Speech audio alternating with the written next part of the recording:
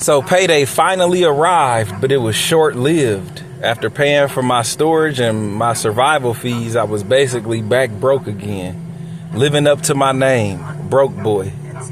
Now let's take it back. I started this job March 31st, and by May 3rd, I was back unemployed. You guessed it, they fired me. I was living my best life for about 30 days until the termination happened. And when I got fired, I was heartbroken. But I was thankful that I didn't lose this employment opportunity due to racism like my past employment opportunities. See, I remember the meeting quite vividly. They called me on the company phone they provided me with after training was over and instructed me to come into the office instead of driving to my appointments that day. It was at that moment I realized something was wrong. I was on edge for about 25 minutes while I was driving to the office, wondering why they wanted to meet with me. Well, I soon found out that they had concerns about the company vehicle. You see, when I applied for the job, I was homeless, so I didn't have a current address to list, so I used an old address that I used to stay at back in the days. The company vehicle had GPS monitoring and tracking. So for 30 days, night after night, they could see the vehicle being parked in places other than the address I provided on my job application. I was busted. The jig was up. So like a man, I just decided to come clean, and I explained to them my living situation.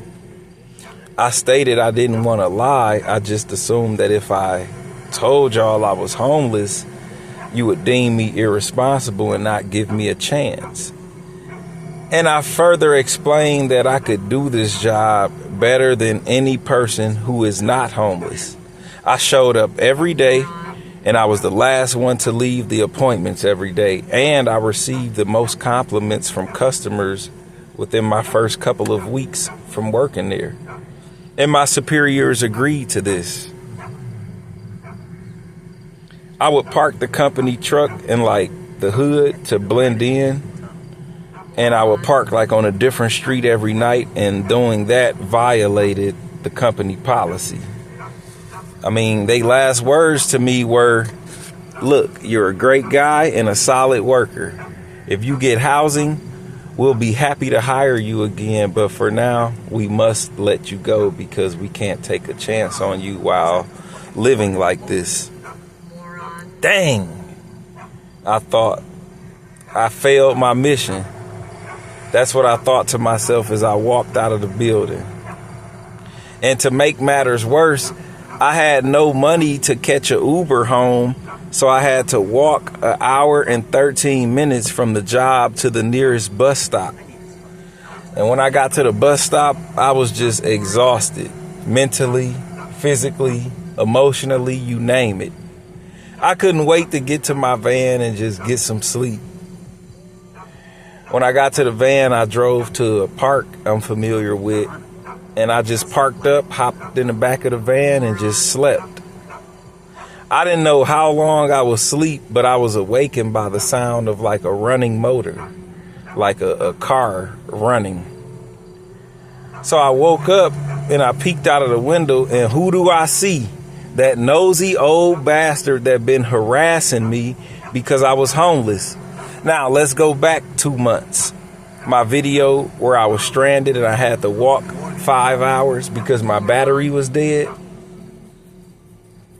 Let's go back to that time. This was how the interaction with this guy who is a park worker, this is how it started. So when I got to my van, it was 8:15 p.m. It was dark, but the park closed at 10, so the park wasn't closed. As I was hooking up my jump box, I see these headlights from a vehicle flying towards me, like coming fast. As he got closer, he shined the headlights, the high beams on me. And it was at that moment where I wanted to snap, but I said, let me chill out, let me be cool. So I didn't snap. Now, as the car door, well, it was a truck, a pickup truck. As the door opened up, This heavy-set black dude steps out, looked like he's anywhere from his mid-40s to his mid-50s. Before he could even say anything, I walked up to him and just explained to him what happened. I said I was at the park. I went to start my vehicle to leave. The battery was dead. I asked everybody in the park for a jump. They all turned me down. So I had to basically walk to the pawn shop, get my battery booster out of the pawn shop, and then walk back to the van and then jump it. And I said, so I just did all that and I just got back here to jump it, and that's where you pulled up. And this is where I left off at. So he says, okay, I understand that. He says, but can I ask you a personal question? I said, okay, well, what is it? He says, are you having trouble with housing? Now, I didn't want to have this conversation with a stranger because, first of all, it ain't none of his business. And second of all, I just didn't want a stranger knowing my personal business. But for some reason, I just decided not to be rude, and I kind of began to tell him my life story and that I'm basically homeless, living out my van. So he says, well, I always see you at this one park. And he says, but you're never doing nothing wrong, so I never called the police or anything. But I was curious as to your situation because I see you at this park every day. So I told him, well, yeah, I'm having trouble with housing. So then he says, well, have you ever thought about getting in a shelter? And I told him I thought about it. I actually looked at all the shelters in the city, but they're dirty. They're filled with drug addicts. They're all like in the ghetto. And I just felt like that I could do this more comfortably living out my van instead of living in a dirty shelter with people that really don't want to change their lives for the better. So he says, well, I understand that, but it's still better than being homeless. So he says, can I make a call real quick? So before I can even answer, he pulls out his cell phone and dials a number. He puts the phone on speaker and this lady comes on the phone and he's like, hey, I have this guy in the park. He's always in the park every day. He's homeless, living out of his van. I want to get him into a shelter. Do you have any rooms available? So while he's telling her this, I'm thinking in my head, I just told you I didn't want to go to a shelter. Why are you even inquiring about a shelter? So the woman on the phone says, well, I have one room available at one of the shelters. And I tell him I don't want to do it. So she says, well, can I talk to him? And he says, well, you're on speaker. He can hear you. Go ahead and say what you got to say. So she says, do you have any income? I tell the woman on the phone, I don't have any income at the moment, but I just got hired at this job, the job that I just got fired from. This is the job I was referring to. I tell her I just got hired. I'll be starting soon. Once I start making money and get an income, I'll be able to tailor living in my van, for the better. I said, you might just see me in the park just getting some rest. I might just need help with some gas money, or I might just need a jump here and there. So he gets back on the phone and he says, well, can you send somebody out here because I need to document that he's homeless. So he starts reading off my license plate number. So it was at that moment that I just snapped. I told him I didn't want to involve nobody in the situation. I told him I didn't want to stay in the shelter.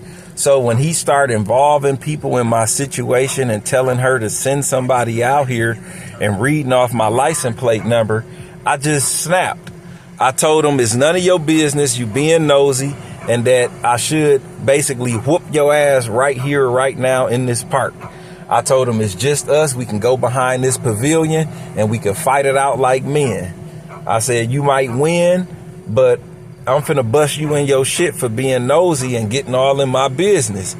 So he looks at me crazy as hell, hangs up the phone, and proceeds to basically talk about me, talking about that's why you homeless. I see why you homeless. You're going to be living like this forever. You just a homeless ass nigga.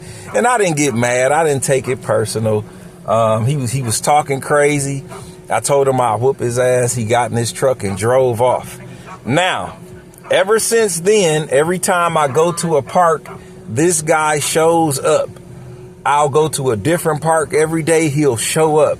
And it'll be like 20 cars parked at the park, but he'll single me out. He'll pull up on my vehicle, start looking in it, start walking around it, writing stuff down on his little notepad.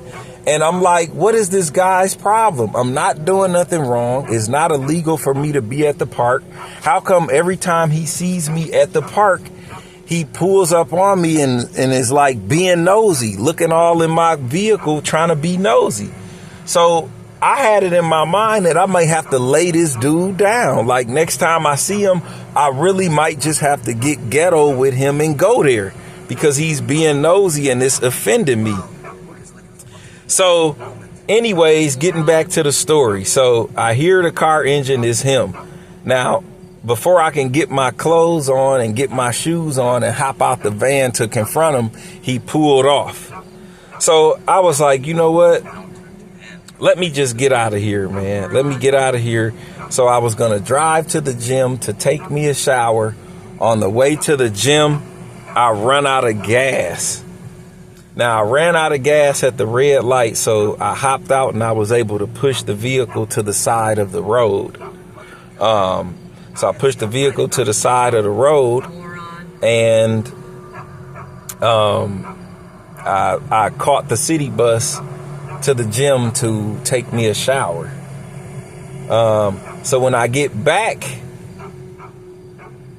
from the gym, from taking a shower, I tried to go back to my van and the van was gone. Now, I didn't have a cell phone or anything to call and check to see if it had been towed or if somebody stole it. I didn't know. I just know that my van was gone. And now I was pretty much screwed. So a few days go by and I find out the whereabouts of the van. It did get towed. So I was able to use my last check basically to get my van out of the tow lot. Now, I filed my taxes April 15th. So I thought I would get my taxes like the middle of May. And what happened was I never got my taxes. They took my taxes because I owed. So I didn't get anything back. So this last paycheck is not even a full paycheck. And I had to use the entire paycheck to get my van out of storage. So life got pretty rough this last 30 days. So I just got my van out of storage and I have no job. So now I'm back homeless, back incomeless. I'm back out here in the worst way. So I just got my van out of the tow lot. So what I'm doing now is I got my Xbox hooked up. I'm playing one of my favorite games, playing some GTA. I just cleaned out the van, vacuumed it again. So now I'm faced with the challenge of finding a place to stay. It's getting hot out here. It's getting warm. So I don't have the wintertime weather to deal with. But, you know, living in a hot car with no heat is just as bad as the winter. So as you can see, you know, I got pretty much got everything organized. Now we just got to work on finding some income and finding a place to stay. So I may have to sleep in my storage. May have to sleep in the van. I'm going to try to mix it up, but I hope it lasts. My van needs some work. It's literally breaking down as we speak. I really need to stick about $500 into this van ASAP so I can keep it running. I got a lot of leaks. I got the gas leak, the oil leak, the power steering leak. I do need 2 new tires. And I need these 2 sensors so that I can like get the check engine light off and pass emissions so that I'm not rolling around illegal. So $500 would help, but really I need about a couple thousand. I wish I could start a GoFundMe. I wish I could get some help, but basically, after taking that loss, I need a phone again to put in the application. So really what I want to come up with is like, I need to get me a cell phone and about $500 to stick into the van until I can find my next employment opportunity. So that's a quick update. That's been my life up until now. Broke boy still at it, but I'm not giving up. Like I said, I've died 1,000 times. I die every night, but I'm reborn again with a new purpose and a new goal. So I know they say a coward dies 1,000 deaths, a soldier dies only once, but I believe that to be untrue. Since you've been with me on this journey, you can see how many times I've died. My first death was when my mom died in front of my eyes at 3. I spent Thanksgiving alone. I spent Christmas alone. I spent New Year's alone. I spent Valentine's Day alone. I spent St. Patrick's Day alone. I spent my father's birthday alone. I spent Mother's Day alone. And it looks like I'm going to spend my birthday alone. My birthday's coming up soon. I'm going to spend that alone, it looks like. And Father's Day is coming up soon. It looks like I'm going to be spending Father's Day alone as well. Back in April, when it was my dad's birthday, I reached out to him. And basically, the realization I came to with my father is that my dad don't want nothing to do with me. I'm in my 20s. He feels like I should have made it by now. I should be successful by now. He feels like I'm a failure, and he don't want to have anything to do with me on any level. So, coming to that realization, that was another death I endured, I suffered.